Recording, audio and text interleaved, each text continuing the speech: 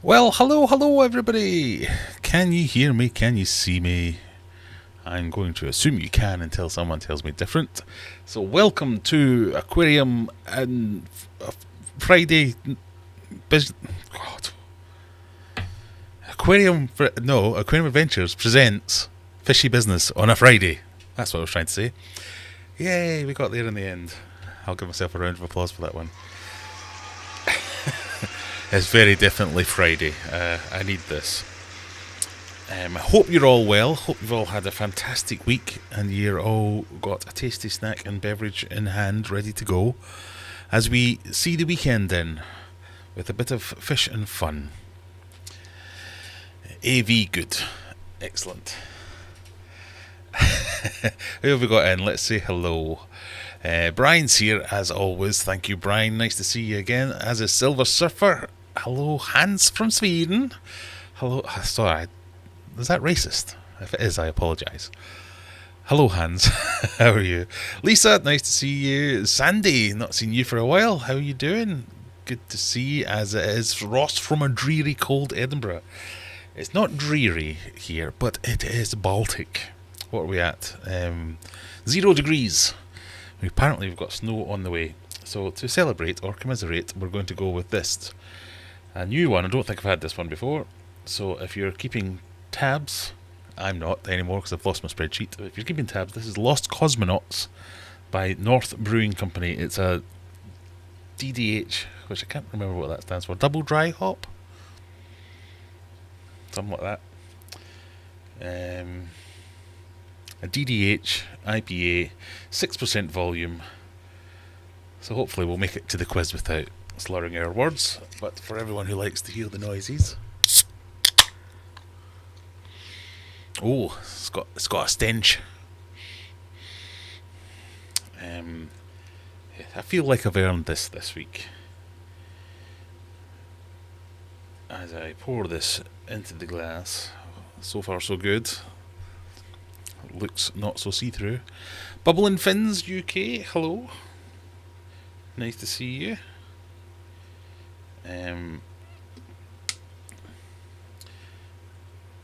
I was on watching. Killed the fly. Sorry. I don't watch that many other live streams that were going, but I went on last night to watch Gazzy's Koi Pond. Sorry, I've just seen another message there. So I'm determined to turn into a koi keeper now. Maybe not. AV good, thank you for that. And that's Dino was on the same one. He had a very nice fish on there. I offered him a $5 for it, which I think is maybe slightly underplayed that hand with. So it's a nice tank. I'll give you a $5 for it. It's not a nice tank. It's a horrid tank. So dirty. I refuse to do anything about it because I'm moving these fish. That's the plan anyway. I won, said Juggler. What did you win? We haven't done the quiz yet. You can't have won yet. I know you normally win the quiz. Talking of which, I know I have been very lax and lazy with the prize giving the actual prizes to the people who won the prizes for the last few weeks. I've started organising that, so I'm hopeful they'll all go out next week. So if you're waiting for a prize, we'll get there in the end. Sorry. Juggler wins. What? Juggler wins what? Are we just predicting the future now? No beers yet and Graham can't speak. It's just this kind of general thing.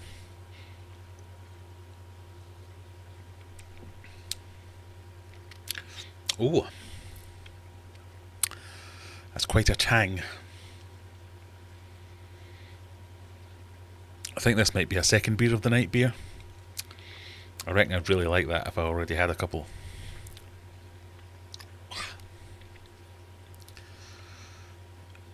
Zen Ginger Zen. God, all the old names are coming back again. What's going on? Nice to see everyone. Only Oscars shared live. Oh God, thank you very much. So a quick verbal note for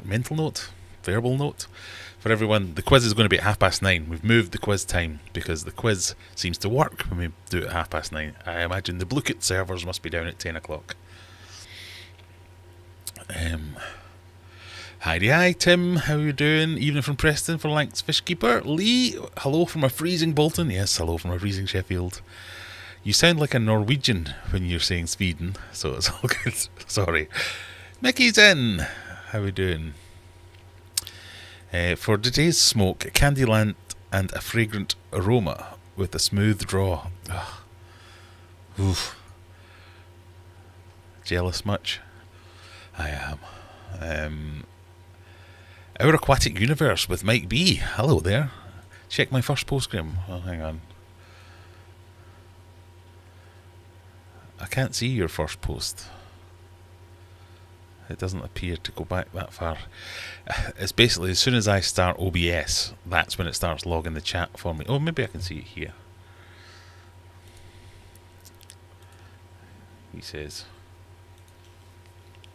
oh, itchy nose. Silver Creek was in. Juggler, evening all. Will Graham get this live stream title right? Place your bets. Oh, right. Yeah, no, I'm not very good at that, am I? Sorry. It seems to be one of those things where I get all kerfuffled. I have to get lots of things lined up. I have to switch the lights on. I have to make sure the camera's focused. Get the lights on here. Get the mic in the right place and all that kind of stuff. And then I think, yeah, I'm a professional. I've done it all in plenty of time this week. And I press the go live button and go, hello, and forget everything that I was ever going to say. But we try. What are we on? Stream 144? I'm sure by 150 I'll get this all professional. Freshwater Ecology just got home 15 minutes ago, running around making sure everyone's been fed. Nice. Scotty Aquatic, hello there. That beer looks tasty. It's definitely got a taste.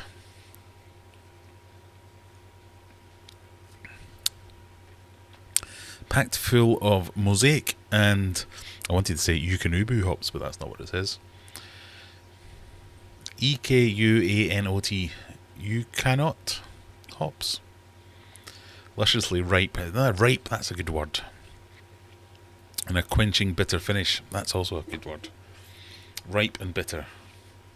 Or not quite ripe and bitter. That's what it tastes like.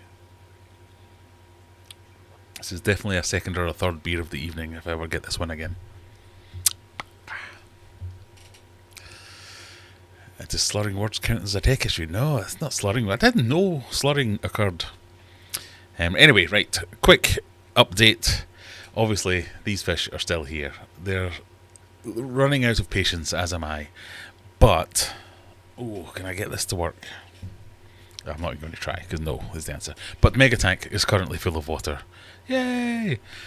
Whether it's still full of water tomorrow is another, because it gave me a bit of a fright where I looked underneath and there was a big puddle. And I went as far as to put the camera on the tripod, go and get the sledgehammer out of the main garage, and then come back in when I noticed I had knocked over a bucket of water. Whew. So disaster averted, because I was about to switch the camera on, film it, and just have me knocking lumps out of Mega Tank. I think I'd had enough of it. Boots and cats. How we doing? So yes, that hopefully this is the last day they'll be in here. So it's been full of water most of yesterday and all day today. The temperature's maybe 5 or 6 degrees away from getting up there. When I filled it with cold water, so it came in at like 10, 11 degrees.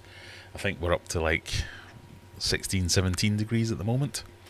So by tomorrow we should be fully up to temperature, and then we can get these guys out, because today especially I think we've pushed it to the limit and they're all getting a bit narky with each other. So Gordon is beating the hell out of Brian, who's beating the hell out of because we haven't named it yet, who in turn is beating the hell out of because we haven't named that one yet either. So I think it's just they're thinking it's a bit cramped in here. So I've done a bit of a reorganisation of Mega Tank. I've made a couple of areas where fish can get out of the way of other fishies and have a bit of a rest period. They're behaving themselves now, so that's quite good. But hopefully, touching everything wooden, we'll be getting on our way tomorrow. So that's the update on Mega Tank. The quiz is going to be in 20 minutes for those of you who have joined for just the quiz. Oh, something else. Something else happened. I can't remember what it is. I'm sure it'll come back to me. Oh, yes. I almost have 20,000 subscribers. How did that happen, you may ask? I think I figured it out. Well, no, I haven't. I think I figured out some of it, but I'm completely bamboozled. Because this time last week, I had 17,000 subscribers. And my average, my very poor average over the last year or so has been something like 150 to 200 new subscribers a month. And I've got like 2,300 in a week.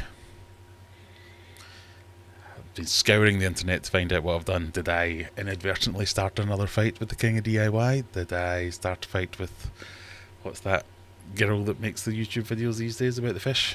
Aquarium info? No, can't find anything. So I don't know.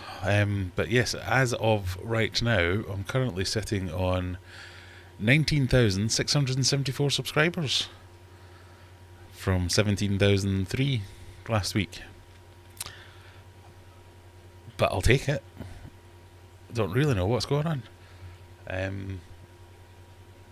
Yeah, this time next year we'll be millionaires. Who knows?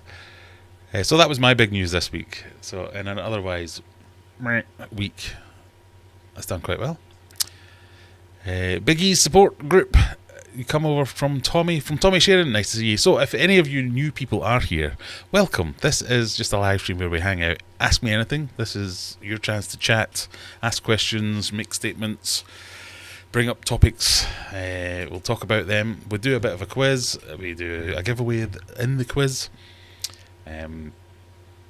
Not terribly fishy. I guess that's the only. If you came here looking for fish, there are fish, but it's more of a relaxed atmosphere here rather than being my normal videos, which are all aquatic content. This, you can have a little bit more of a wider scope, a wider net of anything you want to talk about. So if you have anything you want to talk about, let me know. So hello. Well, Graham Brett, yes, so that was you saying that. I'm going to try and catch up a little bit. It's so cold in the house that your toes might freeze. Outside it's a delightful autumn day, maybe mid-60s. Fahrenheit 60s. Ridiculous scale of temperature. I have no idea what that means. Collaboration of curiosities. Nice to see you here as well. There's a few new faces, or infrequent callers, shall we say. Nice to see you all back again. So if you can hang around for another 15 minutes or so, we'll do a quiz. You can get in on that. Let me see if I get down to anyone who is there.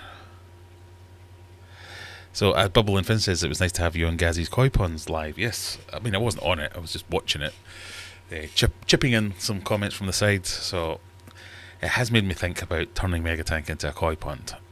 If it wasn't for already having these guys, the only reason I'm persevering with Megatank at all is because I've already got the big fish that need to go in it, so they need a home. So if anybody wants these fish, you can have them, and then I can set fire to it anyway. But anyway, I was on the Gazzy's video where I can't remember the name of the chap who was he was in the top right, but he was talking very eloquently and knowledgeably about all things koi. And it did make me think, I kind of fancy that. I like the idea of a koi pond. I'd love to I've said this many times, I've got an area in my garden, it's practically perfect the way it's mapped out. This just put a koi pond here, Graham. This is perfectly what you want. It's got enough for a big massive koi pond. I'd have a raised one, or a sunk part raised one, and there's a little space next to it, which would be excellent for a little filter house. But the interesting thing about watching this live stream was it seemed to be like I don't want to sound bad about it, but every fad, like the discus world, discus keepers are forever making proclamations of, oh, there's two camps. Oh, you really can't do anything other than the bare minimum to have a happy discus, and the bare minimum's like £5 billion worth of equipment and all this. And then there's another camp of discus keepers going, you don't need all that. Any old tank will do. Just keep it regularly warm and change water every now and again and you'll be right. And then there's the other hand saying, no, you have to inject ozone. You have to make sure you're molecularly deconstructing every element of your tank. You have to have it in a hermetically sealed chimp. You're like, oh, for God's sake. Whereas koi ponds seem to be very much the same, where you have your DIY guys and your...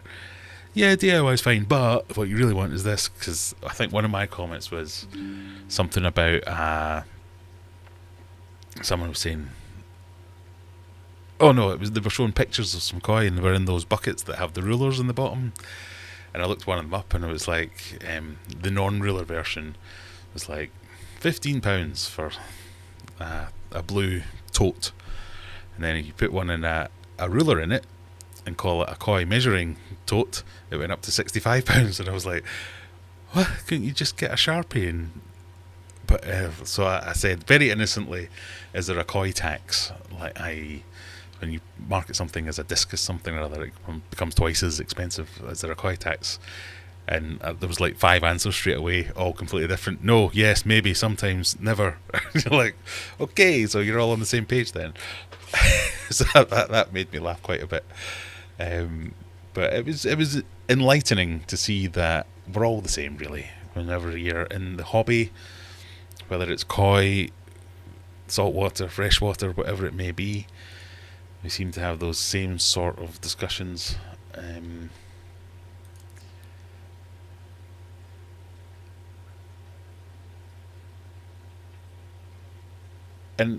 it made... Whoa, I'm there.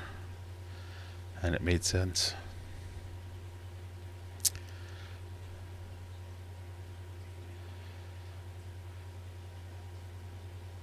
That's my chat is now gone.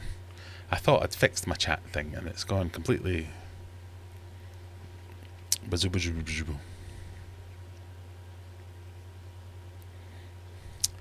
Seemingly Joey's going to have a boxing match with the fish tuber. Somebody else has mentioned that to me. Have I signed up for something and I just didn't know it? He's only little. I'm sure I could have him. Maybe Aquarium Pseudoscience is written about you again. Yeah, me and my friend Aquarium Science, who made me internet famous. Yeah.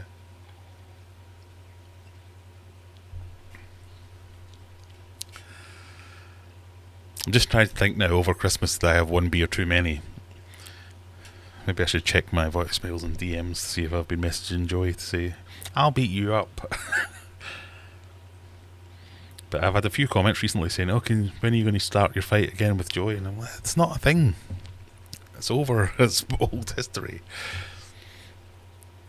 Trying to get to hundreds. Hey, I remember that. Well, that's not true. I don't remember that because I never tried to get to 100. My YouTube career, journey, whatever you want to call it, kicked off when I noticed I had 300 subscribers. And I had no idea what was going on. And I only remember it was 300 because it popped up with one of those, congratulations, you have 300 subscribers. I went, what? Where did that come from? And my first thought was, I don't know 300 people. Because I assumed the only people that would ever be watching any of my videos were family or friends or people at work or whoever it would be. And I was like, I don't know 300 people. And then when it got to 500 people, I was like, oh, this is amazing. But I was talking to another smaller YouTuber who made a video, I think, about getting disheartened. And it's very easy to get disheartened and look at larger... I mean, I'm larger than a small channel, but not anywhere near like a big channel like an MD Fish Tanks or a King of DIY or anything like that. And it doesn't change. For a long time, when I had 300 subscribers, I was like, oh, that's amazing. I can't believe I've got 300 subscribers. Who wants to watch this nonsense? It'd be cool if I had 500 though. And then I got 500 and I was like, that's brilliant. Well done me.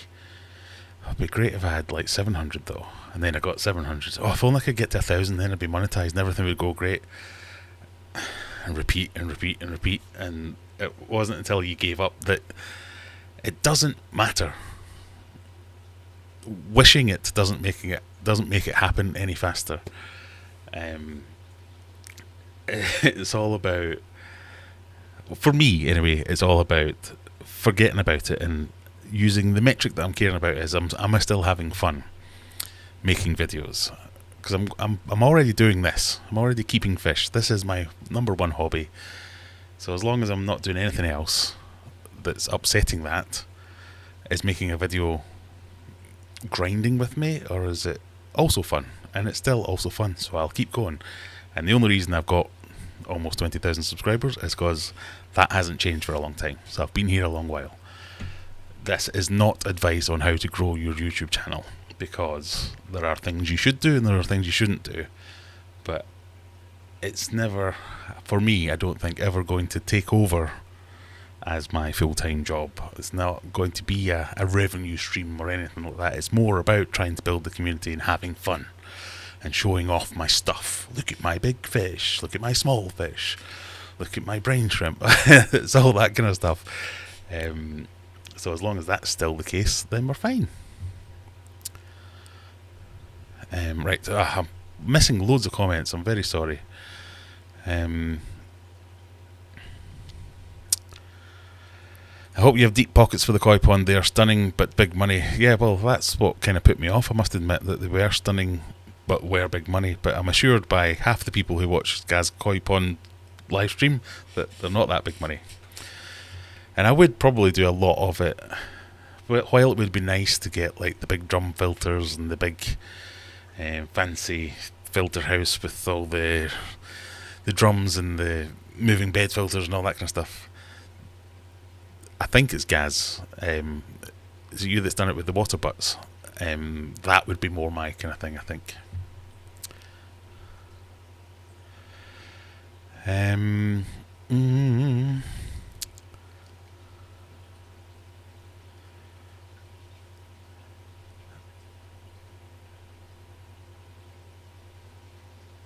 Right, I'm miles behind. Why can't I get anything?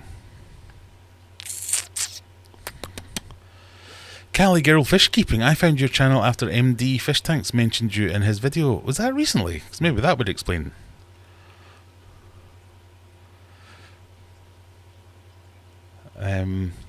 But I remember MD Fish Tanks used to come on here every now and again. But yeah, he's doing great things himself.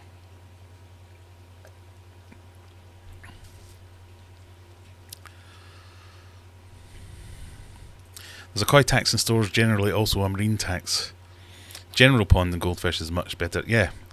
I noticed that in, was it Maidenhead, somewhere like that? I wanted a big fish net for my big fish. And I thought, oh, I'll go and have a look in the pond section. Ultimately, I didn't buy anything because I remembered, hang on, I've got my actual fishing. That's my sign language for fishing. I've got my actual fishing net, I can just use that. But I went in and looked at one of the big nets and it was marked up, it must have been a garden centre. But anyway, Tangent City.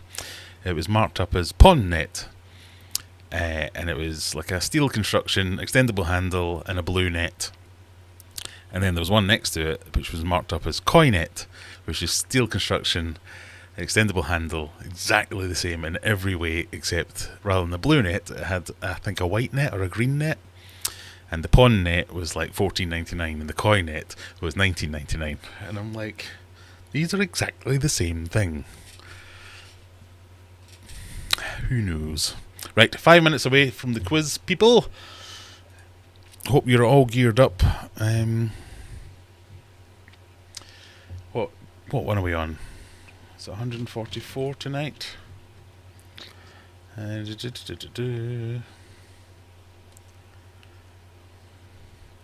going to prove me a liar and not work tonight. There we go. Host. Classic host. I'll put a link in, and remember the rules are, first rule, do not steal the fish as your emoji. If the fish gets assigned to you randomly, give it up. Otherwise Rebecca will stick her bottom lip out and be all unhappy about things. Other than that, it's free for all. No. It's fastest finger first. Multiple choice questions. I'm trying to put the link in.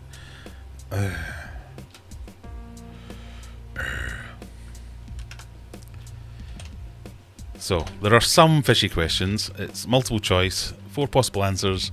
You get points for getting the question correct, and you get points for getting it correct fastest. There is a theme, so if you're lucky enough to win tonight, you get to pick the theme for next week. So last week's winner picked prog rock.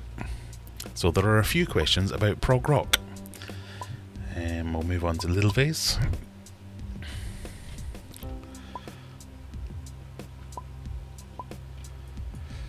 Joy is matched to Rod from Predatory Fins. I don't really watch Predatory Fins, so I don't know much about him. I think we'd be in different weight classes, Joey and I.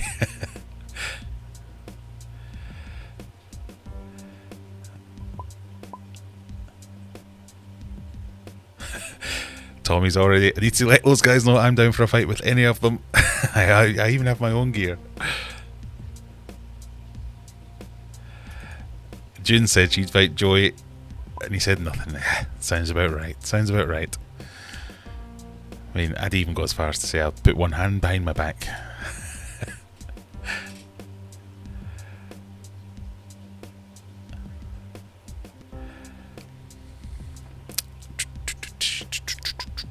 Right, we've got 23 people.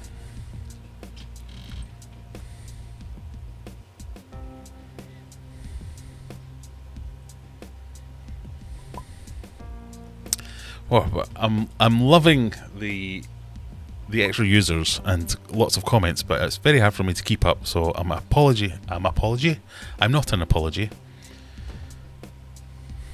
I apologise for not reading every comment because they are going very fast. Gaz says yes, all homemade for listening during request. So that's the filters for the koi pond. Yeah. In fact, I think I saw that many moons ago when you were first building it in your garden.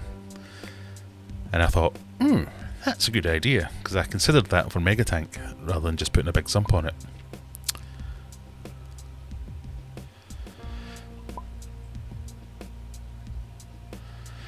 Aquarium Domain says, if you become a Temu channel, then we will know you have jumped the shark. Yeah, maybe that's where my future lies, making videos about Tat from Temu.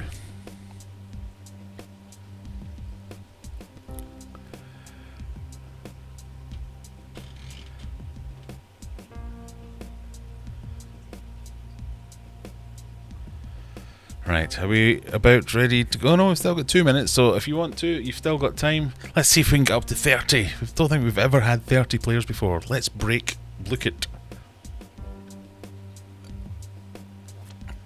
As obviously some of you are going to be new, there's one more rule I haven't told you about. Doesn't matter what the answer is. The answer is what I say it is. So if it's wrong, you can moan as much as you want. That's encouraged, in fact. But I ain't going to do anything about it.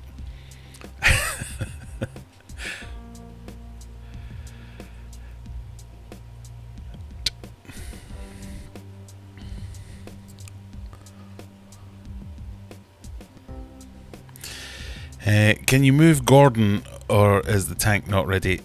Cam things in the side tank while Mega Tank is ready and might quell future regression. The tank isn't ready yet. I want to give it a bit. It's not up to temperature yet, so or I would move them. But I do want to give it a couple of days just to make sure it's properly holding water and doing everything it's meant to do. But hopefully tomorrow will be the day that we get rid of them. Goldwater Aquatics, nice to see you, nice and early. Are you joining us for the quiz?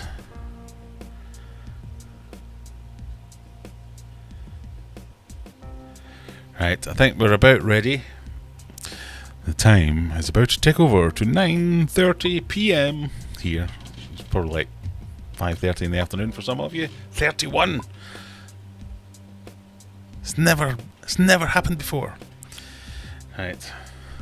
Cheers, everyone.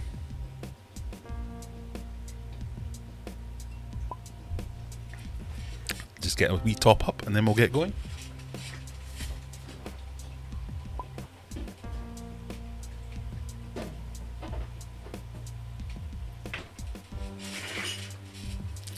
This is another Northern Monk, a Faith in Futures. No, this is, I'm giving to charity by drinking this one. Coldwater Aquatic says, what do I do? Right. You click this link and join up. And even if I've already started, late joining is allowed. You might miss the first question, but don't worry, lots of people get it wrong. But we'll give you a minute to try that while I open my drink. Chip shot fat. I just noticed that. I'm going to guess that's Aquarium Delirium.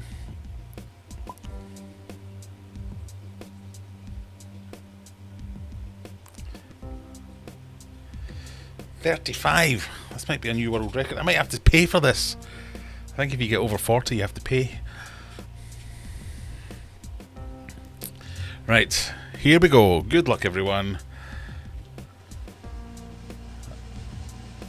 Pressed the wrong button, but let's give it a bash anyway.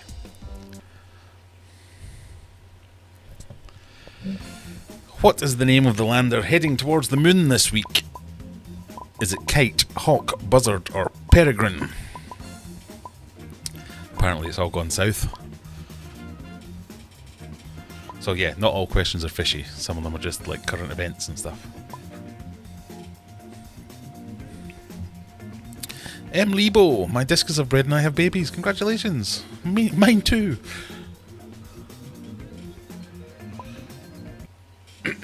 Pardon me. The answer, of course, is Peregrine.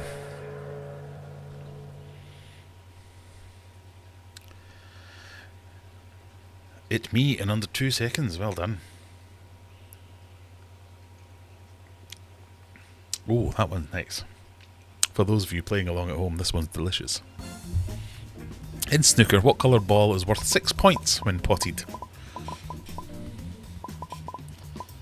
Is it the brown, the blue, the pink, or the green?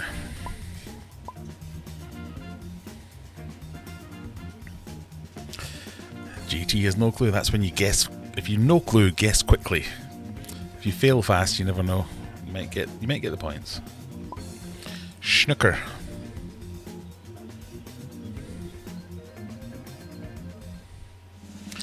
It's of course pink.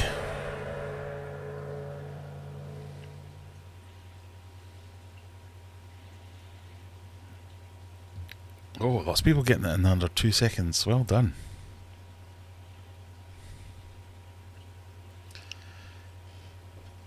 Question number 3.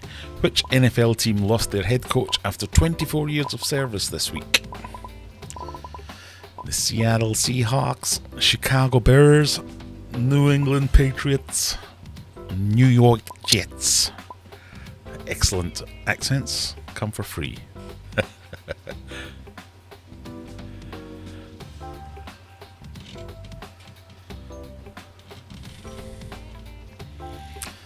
See, I'm doing something for my international followers. It was the Pats. A well-loved and well-hated head coach, I think.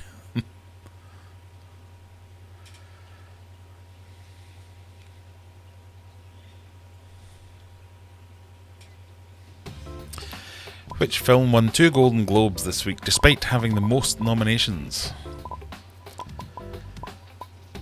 Oppenheimer, Barbie, Killers of the Flower Moon, or Poor Things?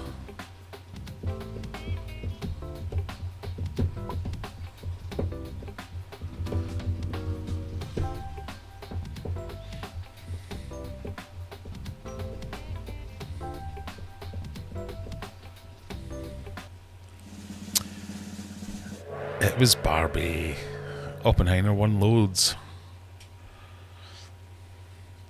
I'm expecting the win percentage to be above 50% this time because I've put in some proper easy questions.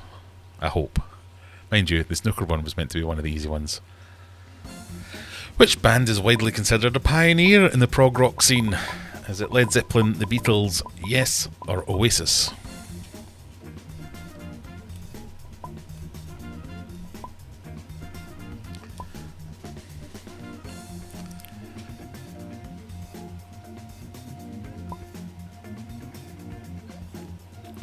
We got 41 players. Oh my god.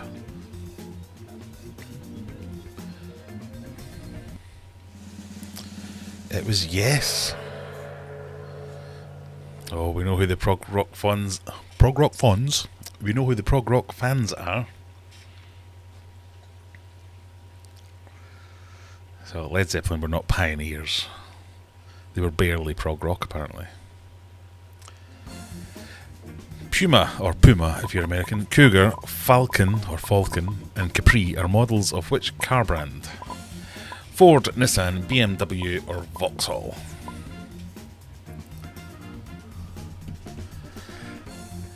Rebecca doesn't know the music stuff. You were given ample opportunity to do some research.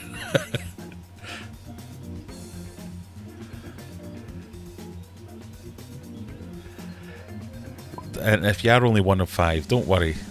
There's still plenty of time. It's Ford, of course.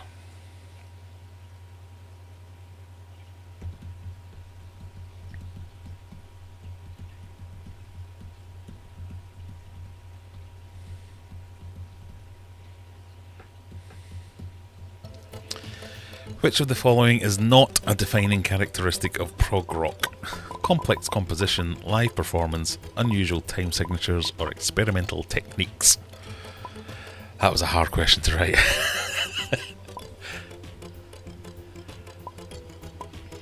So, you're in a prog rock band. What do you generally not do?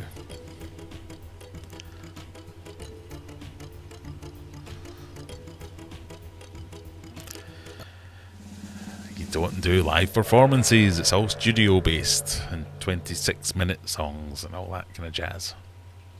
Timmy!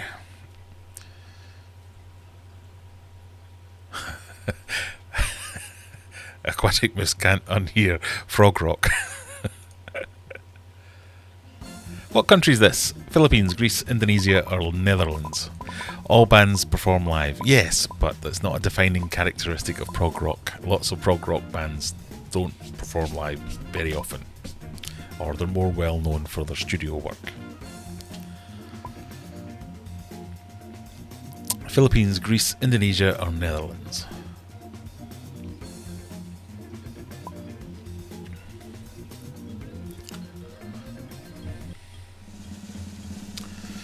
It's Greece. I've got a few of you with Philippines and Indonesia. Sorry, that was nasty of me.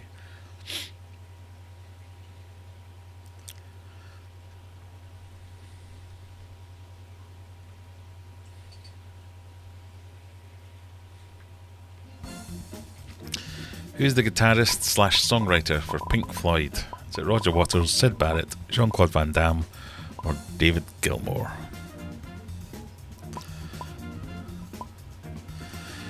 I thought half of Cyprus was Turkish. Yeah, that's how you start wars.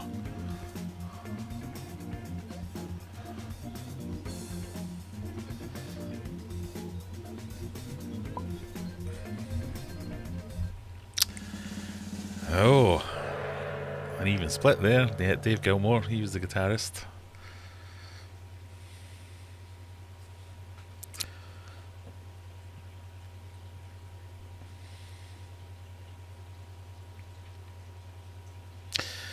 Halfway through it. The album Hemispheres is a classic work by which progressive rock band? Is it Pink Floyd, Rush, King Crimson, or Dream Theater?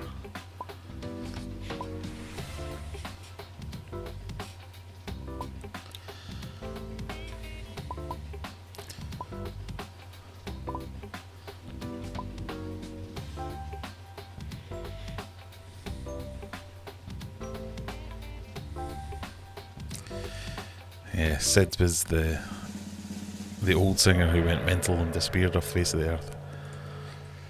It was Rush.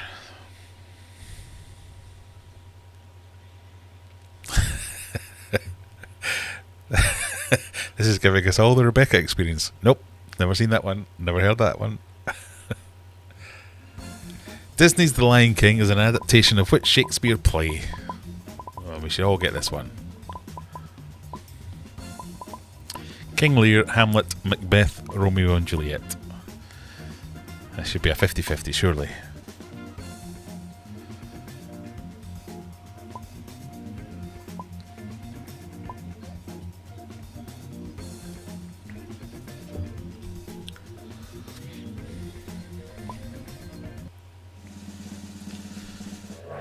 It's Hamlet, yes.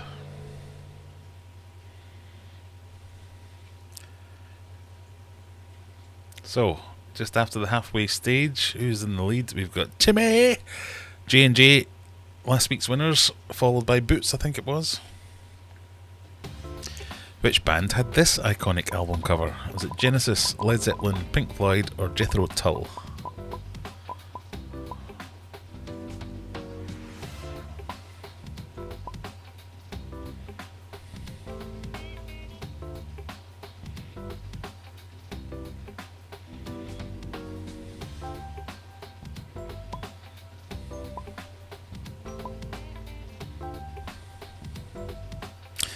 Zen's up to 3 now. Well done. It was Pink Floyd. Well done. 33% of you.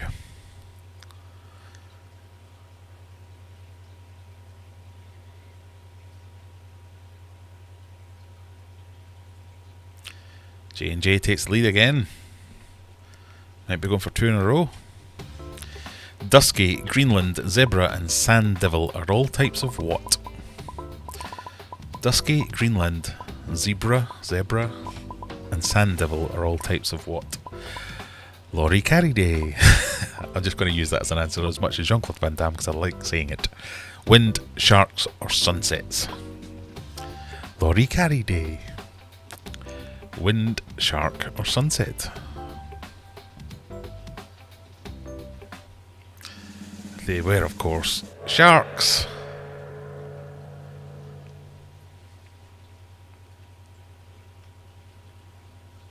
There you go, Nabo. I see you on the screen. You got one.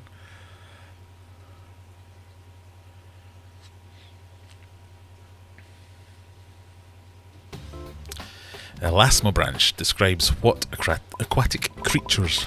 Easy for me to say.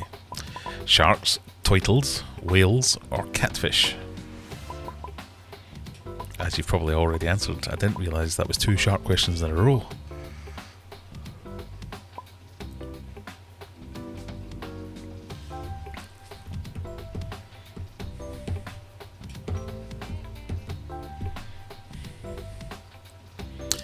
Elasmobranch. Sharks raise other cartilaginous fish without bones. Laurie Carey Day won that one. Well done.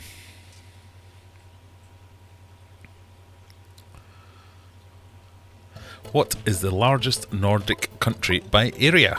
Is it Norway, Denmark, Finland, or Sweden?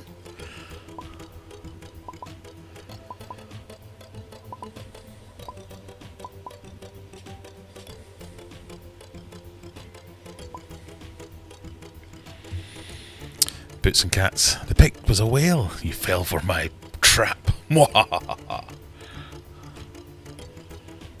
I often do the picture of the wrong answer just to confuse, but sometimes it's the right answer.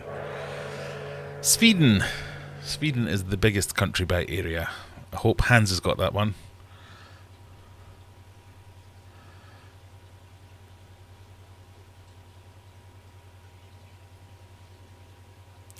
Question 16. What is a mellotron, often used by prog rock bands? Is it a recording studio, a musical instrument, a speaker stack, or a drug? What is a mellotron? I've watched several YouTube videos today about mellotrons. And they're very interesting.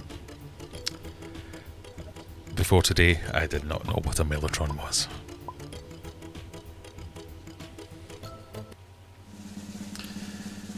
It's a musical instrument. It's like a keyboard, but a key press plays a tape. It's amazing. You'll have to look them up.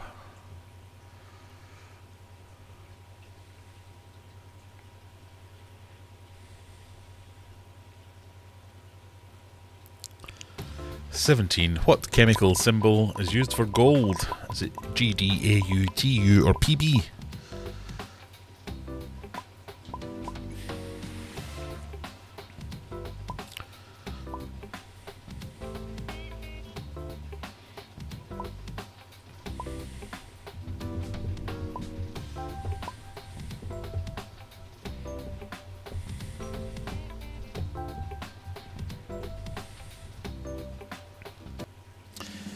It's AU, of course. Well done, everyone.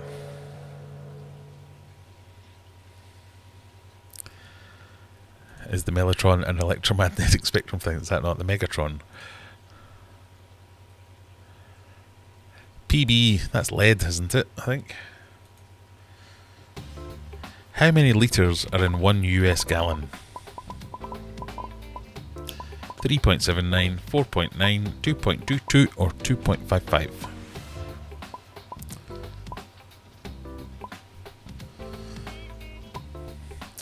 Hey, this isn't a metric question. This is both a metric and imperial question. I'm catering to all my audiences.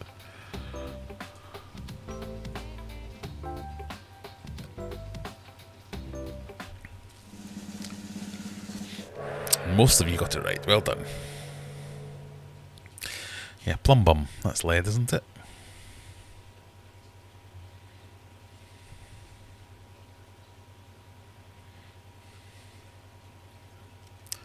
Question 19. Penultimate question. What is the unit of measurement of electric current? Watts, volts, amps, or ohms?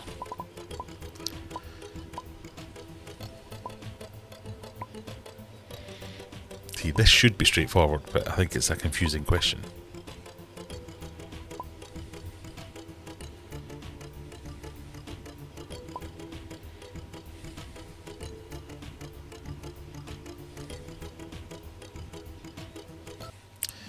It is, of course, amps, because it's electric current.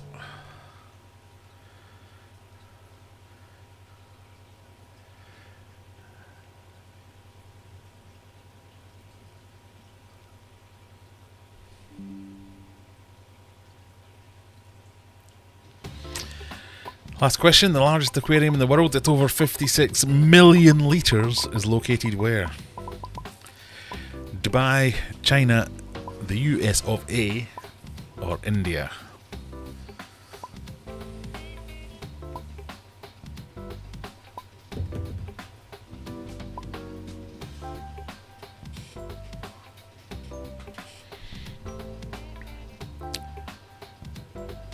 It is, of course, China. Newly crowned about 6 months ago, I think. Drum roll. Timmy in second. J&J for the second week in a row.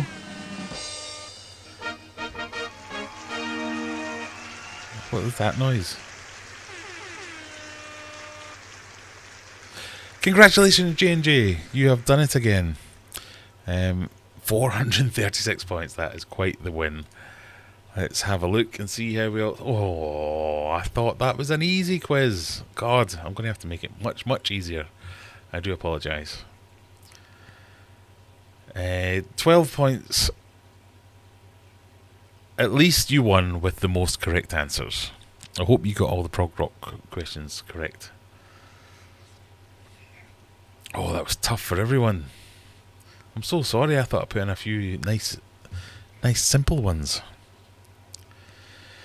So J&J with 12 and 8 wrong, 436 points. I mean, look, even down as low as like over 300 points would normally be in with a shout. Boots, you thought you were out of it, but you got 50% correct, which is the same as second place. You just did it a little bit slower. Pardon me. Oh, it's a tough one. I'm sorry, everyone.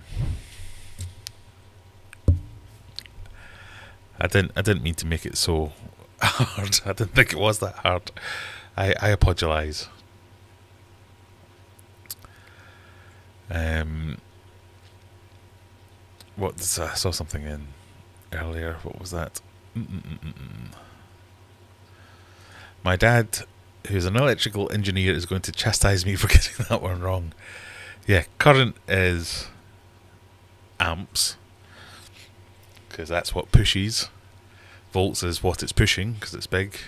Watts is what it uses. What was the other one? Ohms is what resists it, or something. But well done, J&J.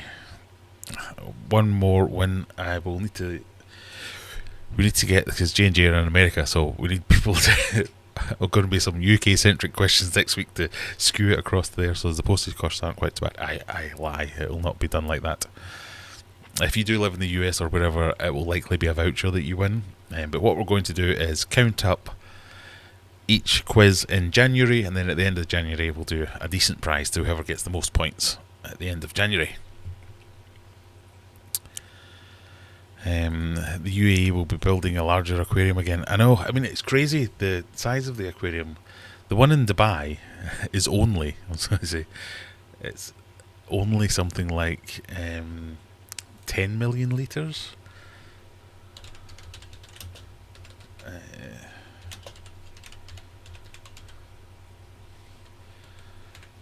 Because I was blown away by this. No, it's not that website. Where did I look? Little face.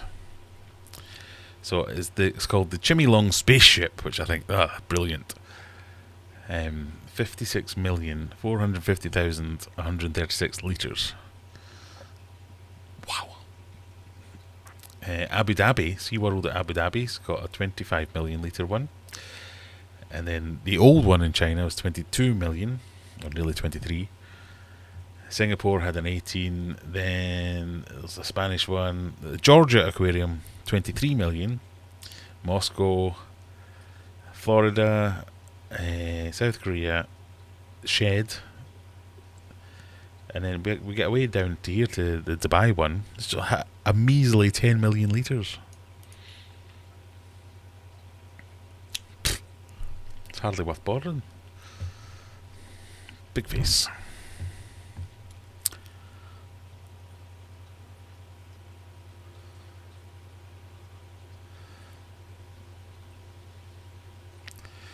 That was the hardest one yet. I'm sorry, everybody. We try. You broke us. It's meant to be fun. I don't want it to be so hard. My aim is to get over 50% of you getting the answers right, so it feels like fun. So, J&J, we need to know what you're planning for next week to give everyone a chance to do a bit of boning up, so we don't get questions like, what is prog rock? It's progressive rock, which is a genre of music. I've learned this now today. I knew what it was, but it started in the late 60s and was made popular in the 70s, and it's complex arrangements and unusual or experimental musical styles, whether it's vocal arrangements or instruments or whatever it might be. Basically, Pink Floyd, Jethro Tull, King Crimson, Genesis. If you can think of a band that was around in the 70s that had more than one song on their albums that was like 15 minutes plus, they were probably prog rock.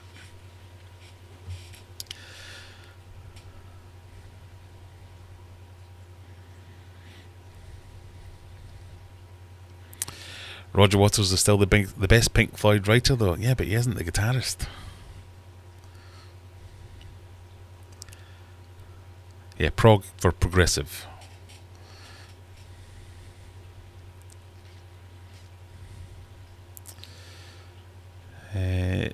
Next week's subject can be Monty Python, just to make it equal. There we go, Monty Python. I do like Monty Python. So there you have it. Rebecca, your homework is to watch The Life of Brian. Learn what you might call a deceased parrot. A humorous walk. And then you'll be good for next week.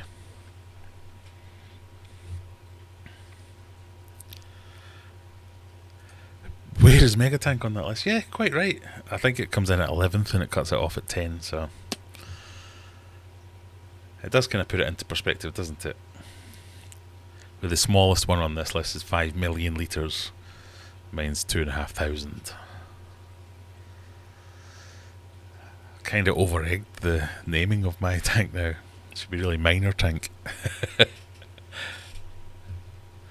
Pour one out for my lost barbs, says Nabokov. I was so excited for them finally come out after months of waiting. That's why the No Fish Nibble name this week. Oh, terrible. I'm not going to pour one out, but I will take a sip in honour of your facts. Here's a cool electrical fact for you guys. Did you know that there's an electrical current? That's not what it says. Did you know that electrical current doesn't actually run through the wire, rather around it, like a gravitational field? No, I didn't. Is that why we have to insulate the wires? But why do we have thicker gauge wires for more? I don't know. I believe you. I believe you. The wire in the insulation just keeps it from escaping and then keeps the loop on a constant. Okay. And it travels at the speed of sound. No, light. No. I've immediately forgotten. I watched a whole video about that as well. Who knows?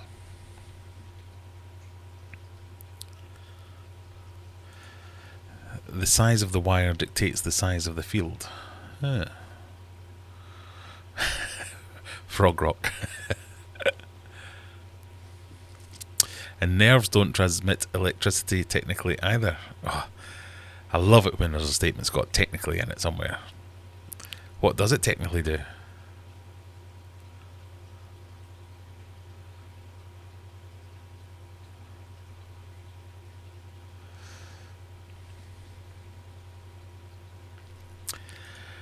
Monty Python would not be equal. I don't have man parts. Oh.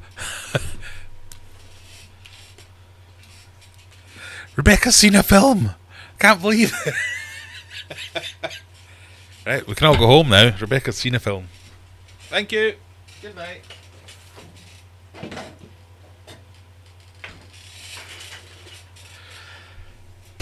Knocked me down with a feather.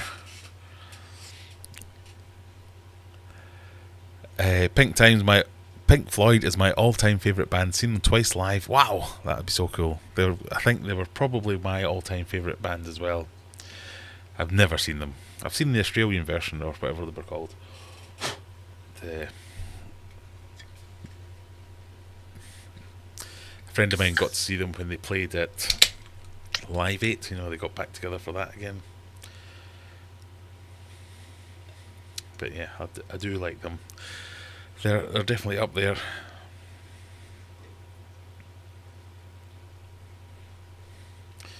Right, number 3, we're with Polly's. Look at that for a nice can. Mosaic Maze. It's a hazy IPA, 6.7%.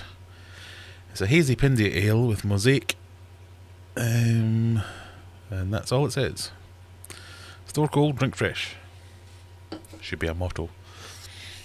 Nice can, that. That is generally how I pick my beers these days. Well, that's a nice can. I'll try that one. I do like some Monty Python, so Brian, that'll be a fun one.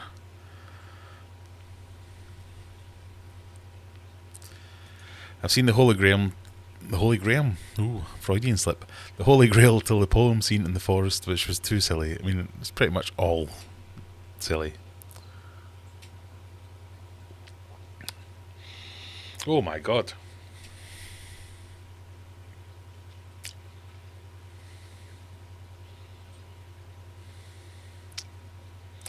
It smells disconcerting. tastes. I was not expecting that taste.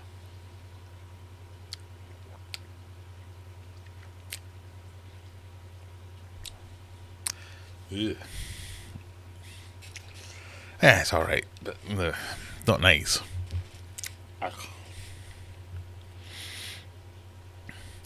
Juggler has got a question. Have you decided on your first 2024 Aquarium on the road adventure?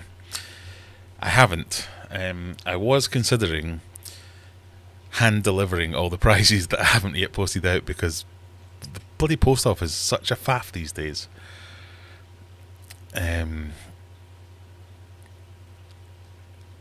So I thought that'd be a fun video if then I looked at where you all live and went, no, that's a ridiculous idea, I'm not doing that. I was thinking, so here's some ideas that went around. So the PFK awards happened recently, and all the top shops and stuff that get voted for, I thought, I could go and visit all the ones that won an award and compare them all and see what they're like. So that's on the list. Giving up and doing something completely different instead, that's on the list. There was another one. That was a good idea as well. Not that good, because I can't remember it now.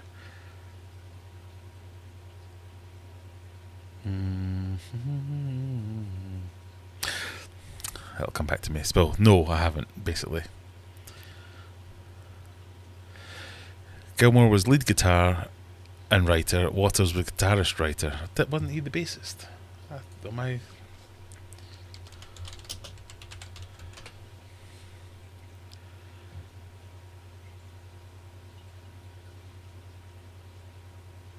Yeah, he was the bassist. Bass isn't guitar. I know it's called a bass guitar, but bass is just guitar for people that can't play guitar.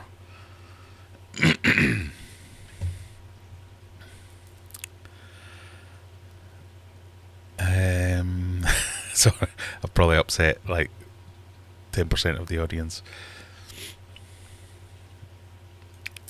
But as Rebecca Borch, well, apparently not. It seems, for me, The Holy Grail was the better of those two films. And The Meaning of Life,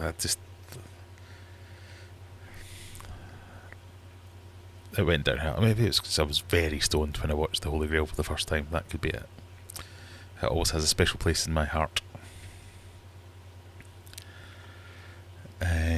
Craft beer has the best packaging. I have a hoard of my favourites. I don't drink beer, anything with cephalopods, octopuses or fishies. Yeah, it's worrying though. It's something that you go, oh, look at that, that's brilliant. Yeah, I'll buy that. Idiot. It's bloody disgusting.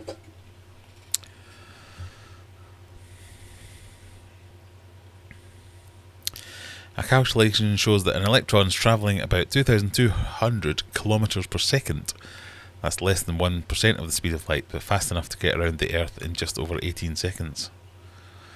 Yeah, there was a video, Electroboom and Veritasium were beefing about it, saying how fast it was in the end. See, that's why I want to get them moved, because he keeps doing that every now and again.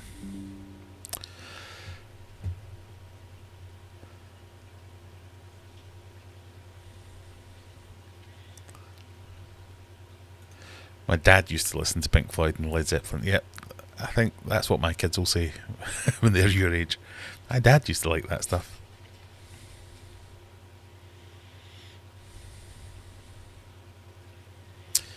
Theme for next week, Monty Python. It's been done. I've also seen Graham Chapman and John Cleese in person separately. I have never seen either.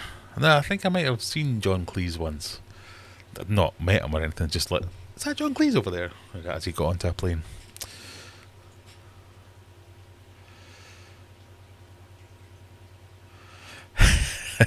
Yeah. So, Zen Ginger has just pointed out something smells disconcerting. Wasn't expecting that taste. Continues to drink. I mean, unusual doesn't mean bad.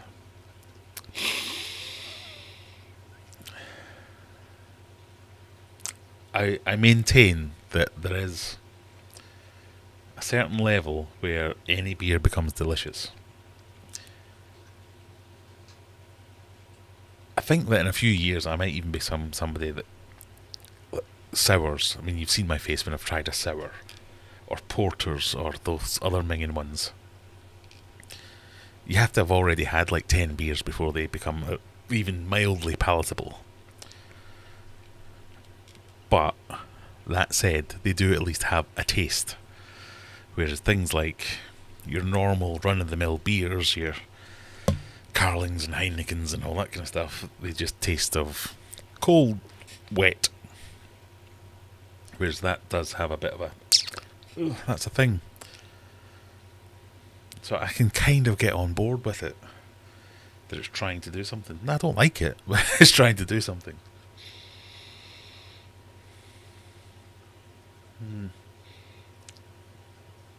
Disconcerting is the right word. Pardon me.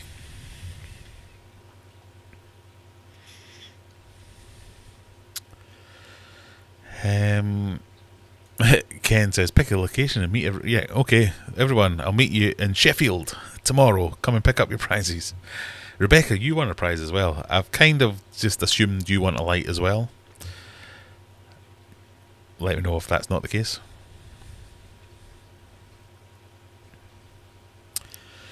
Question. Oh, I like this one. In an apocalypse scenario, would you eat your Oscars? You have asked this at a very opportune time. The answer right now would be yes, because I haven't named them. We have been toying for the last couple of weeks with picking names for them, whether that be naming them after famous Oscar winners, naming them after famous Oscars. So one of them, I can't remember which one was which. Was this Wild or was this Wild?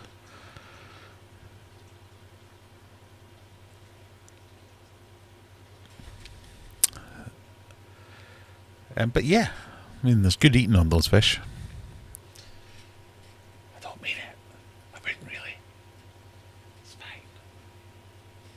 Snakehead's probably got the most eating on it. It's the heaviest, anyway. But I think, yes, in an apocalypse scenario, I probably would. I think that would be possibly even the fairer thing to do, or the most humane thing to do, because in an apocalypse scenario, where the power's going to be out, there'll be no filtration, there'll be no heat, they're just going to slowly die in pain, because they'll either get overcome with... it's not like I can go and release them in a river, they'll just instantly die there as well. So maybe the more humane thing to do is to kill them and eat them. Sorry. I'd go... I'd probably go with the biggest one first, because Gordon produces the most waste. So that would give the others a bit longer to live. So Gordon, Brian, Oscar. And then like a stir fry with the rest.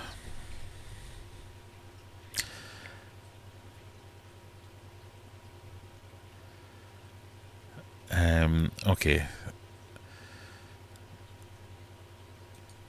I've just read this comment and I got past the first sentence and went, nope. Sorry. Yeah, disconcerting does not mean good. You're quite right. It's definitely not good. But the best disconcerting could be with, oh, I wasn't expecting that, and it was okay. Or, I thought that was going to be worse than it was, and it was okay. It's not, oh, that's surprisingly delicious. No, that's not what this means. It tastes like, it smells like. So, the next beer that I've got, I really like. And it also has a strong, pungent smell. But this is like, oh, is this that one that you like? No, it isn't. It's just because it's strong smelling. Kind of draws you in to think, oh, this is going to be nice, and then it isn't. It's not that he's hugely off... Oh, that isn't nice. It's not that the smell's hugely off-putting. It's just not what I would categorise as nice. And the taste...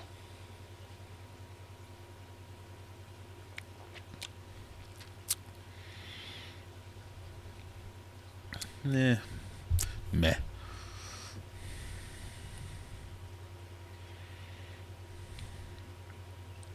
Done with physics for the day. I think that's wise.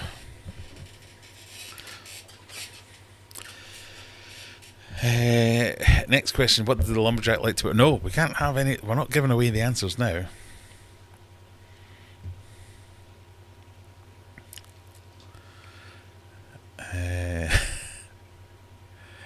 I don't mind. I don't want to be a hassle. A light would be useful. Okay. A light it is then. Name them after famous Oscar keepers. June and Rob, perhaps. Or Joey. June, would you like to be immortalised with the name of one of my Oscars? And if so, which one? Grouch. Yeah, Grouch was... It was Grouch and Wild. That was the leading contenders from last week, I think. I kind of like the idea of calling one of them June. I have a thing for naming my fish after, like, people names. Hence Gordon and Brian.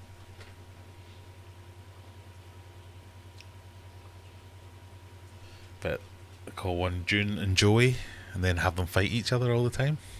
That could work. And then I'd have a legitimate reason to put the King of DIY in my thumbnail and titles of all my videos. Meet the King of DIY.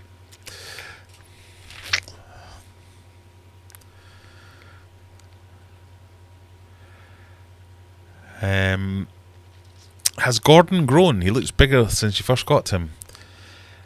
I think he probably has. He eats like there's no tomorrow. I'll give you a little bit of a feeding, since they're up and about.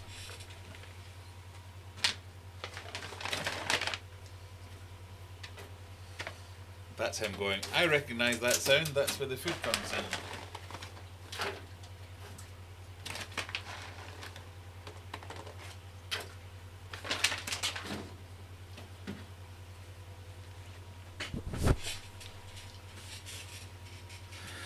But yes, he seems like a bit of a bottomless pit.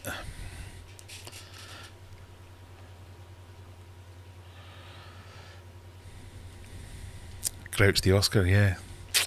Rather than Oscar the... Pink Floyd helped fund the Holy Grail. Everything is connected.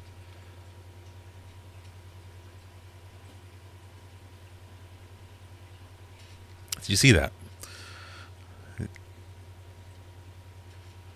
There's also a disconcerting noise coming from this fish tank.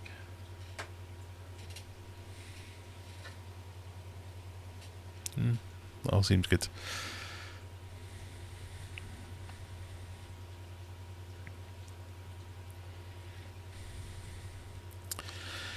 I think Chana are commonly eaten. I think they are quite commonly eaten wherever they're caught, really. Why is that wet? Doesn't mean they're nice, but I think they are quite commonly eaten.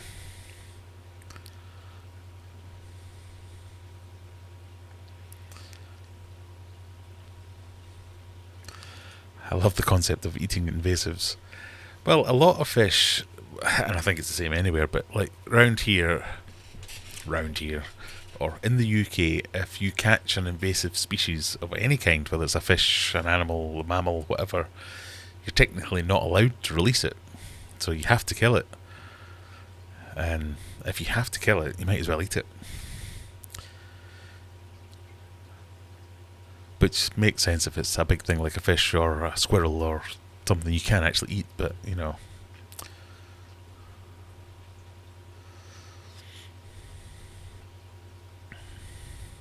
Yeah, like that. But you need to eat more of our invasive species, but the parakeets and the wallabies. I don't fancy eating stick insects though. Indeed.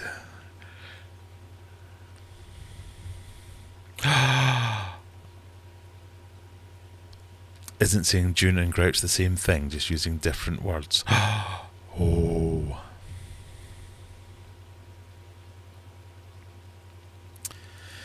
How old is he? I don't really know how old he is. I guess that's the thing with rescues as such. Definitely, we're fairly sure he's a male. thank God, having called him Gordon. Mind you, I did have a female boxer dog called Floyd. But we're fairly sure he's a male because... So I've had him, what, a year and a half, if that? The person that I got him from had him for a couple of years, so we're pretty sure that if it was a female, he'd be a bit bigger. So when I say he's grown, I think he's grown girth-wise rather than length or anything. But yeah, I don't really know how old he is. But his colourings and his flowers are definitely... They're coming up a bit. I mean, and this is him grumpy. He's not happy in here. That's why I want to get him back into the other one. Hans is still upset I didn't name the Grammy after him, especially when it was you that got me into the Grammys. So maybe the next fish that I get can be Hans. I'll put you on the list. Potential, if you want me to have a fish named after you, let me know.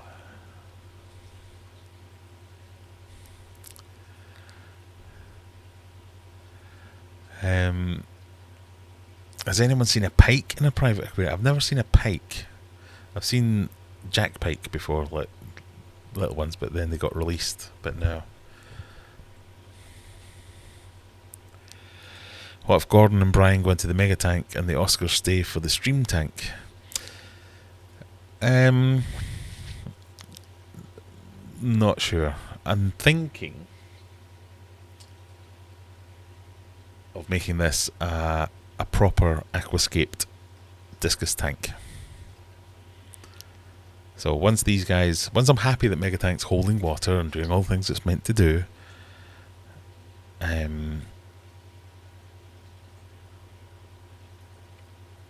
get them in there and have this as a discus tank. Especially now that I've got a breeding project on the go, I can fill it up with lots of discus.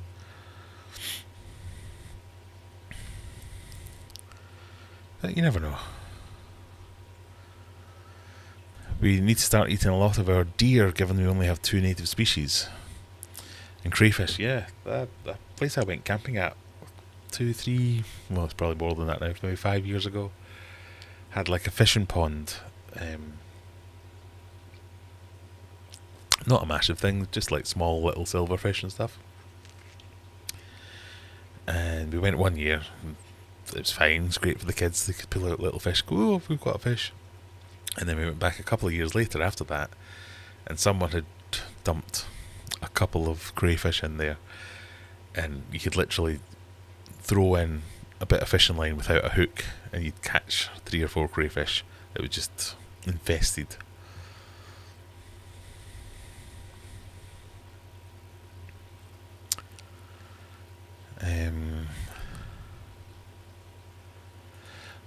What sort of size would they require? The pikes, I seem to recall a smaller version being a jack pike. Yeah, I don't think it's a different version. I think it's just like a young one, a baby one.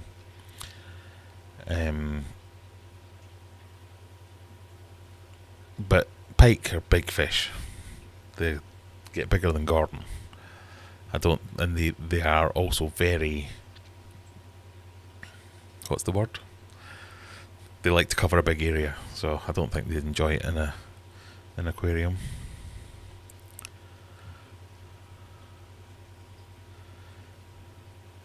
Max B from Long Beach, California. Nice to see you.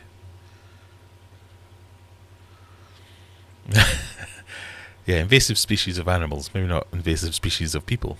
Oh, no, they're not invasive species. Nope, we're not getting political.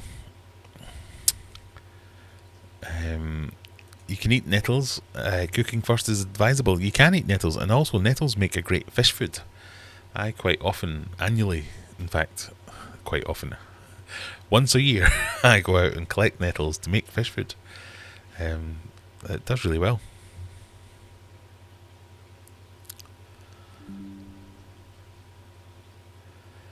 And the pigs love them.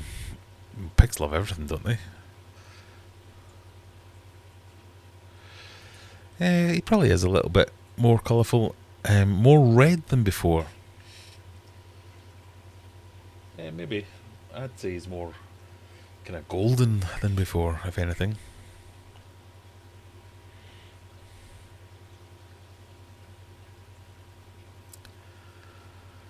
I've seen ghost knife fish for sale at the Asian supermarket.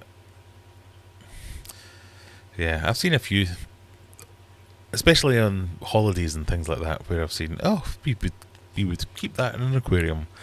It always made me not laugh, but there was a video of, I think it might have been Chen's Discus had gone to do one of these Amazon trips or the Peru trips or whatever it is, where they go and they collect a wild discus.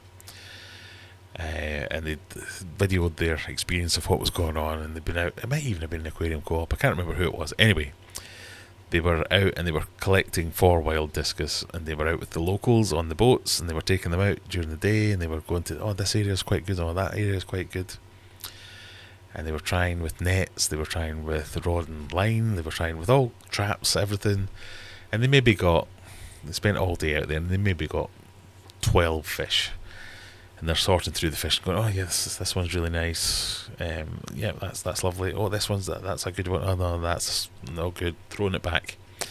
And then they had the box of all the fish that they had decided were the good ones that they wanted to take back. And then it cuts to someone later going, where's all the fish? And all the locals were barbecuing them, cooking them on a grill. They thought they were catching them to eat, whereas they were going, oh, we could have charged $200 each for these fish, and you're eating them for a snack. And they were like, what? Well, we catch these every day to eat for dinner. This is just normal. I shouldn't laugh because it is a serious subject, and it's one of the things that these your freshwater life projects, your Amazon Research Centre, all that kind of, the project Piaba, everything is about educating the indigenous populations to the various areas to say, look, these have value. Don't sell your lands over to logging companies and all that kind of stuff. Start investing in your own natural resources that you've got here. You can sell these fish that you think is just a snack that might get you through the afternoon, could be sold for enough to pay for you to live for a month. That kind of thing. Which is why I support some of these charities and good causes. I got a couple of nice thanks from the Freshwater Life Project for the donation that we made last week. If you don't know about this, we raised some money by selling some calendars. You can still buy the calendars if you want to buy the calendars, and I will make further donations. But yeah, got some nice thanks to say. Thank you for contributing, and I mean, it was only like 200 quid. It's not going to be life-changing amounts of money, but it's better than nothing, I suppose. Hans says, I'm up for that, but not a chickled. I'll not make you a chickled. I'll find something good for you.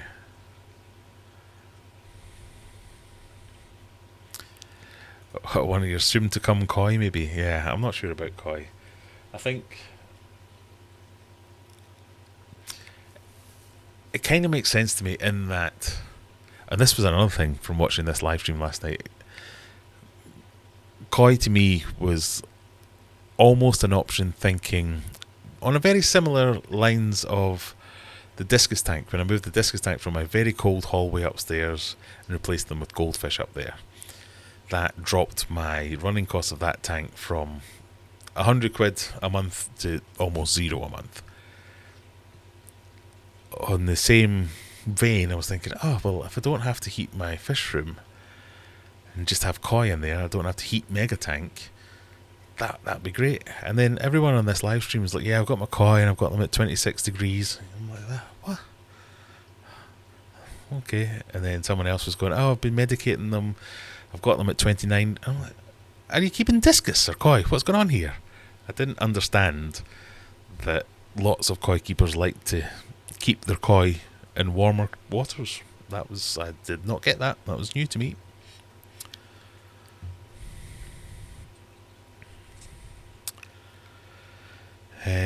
My fish won't eat nettles, but for the guinea pigs I dry it out completely. Yeah, some fish are fussy about it, but if you process them enough, I suppose you can get them to work on it. Or maybe you can't, I don't know. I'm sure I made a video about feeding my fish the nettles and what I did to them. As did Mark Shrimp Tank.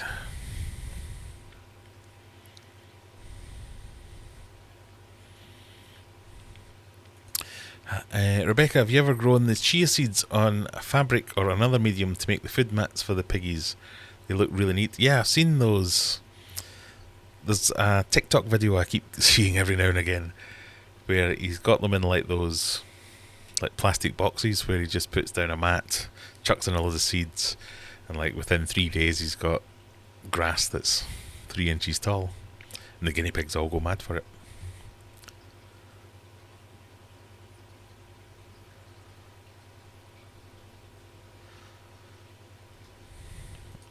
So we're going to try that. That'll be the next video I want to see on the channel.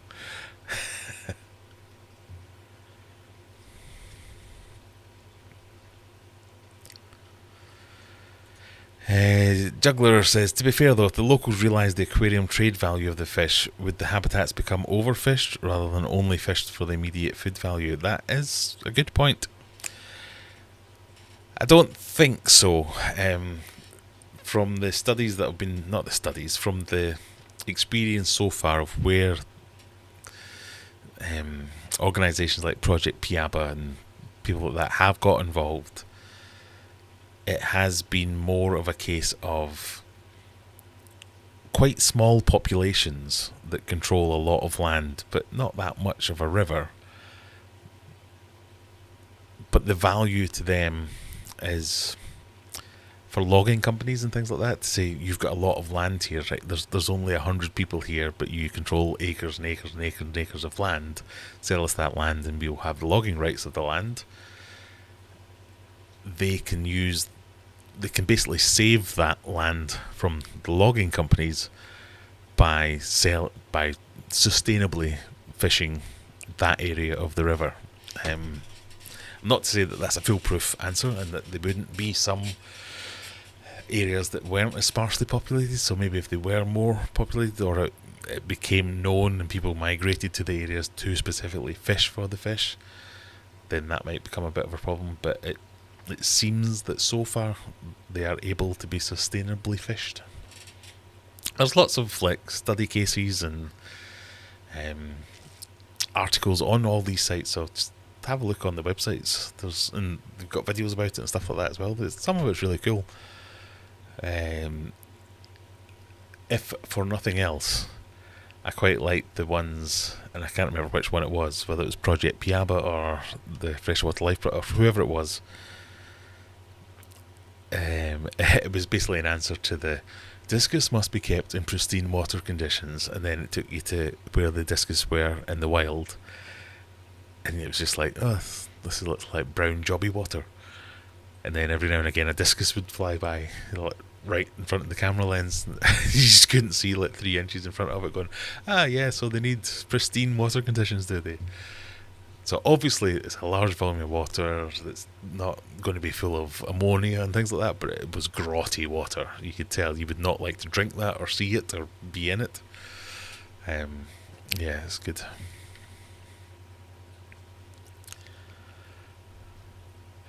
You keep your koi hot to make them grow faster, but they do fine and cold as well. Yeah.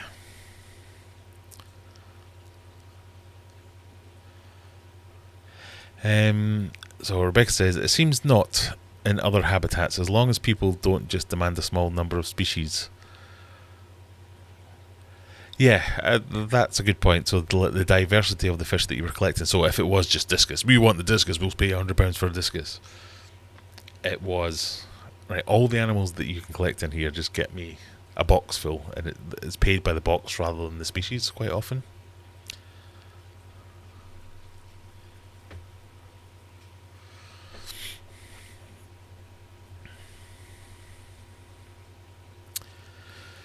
I loved your DIY fish food videos. They inspired my DIY shelf-stable wafers. Excellent. Oh, I'm glad somebody else got something out of it.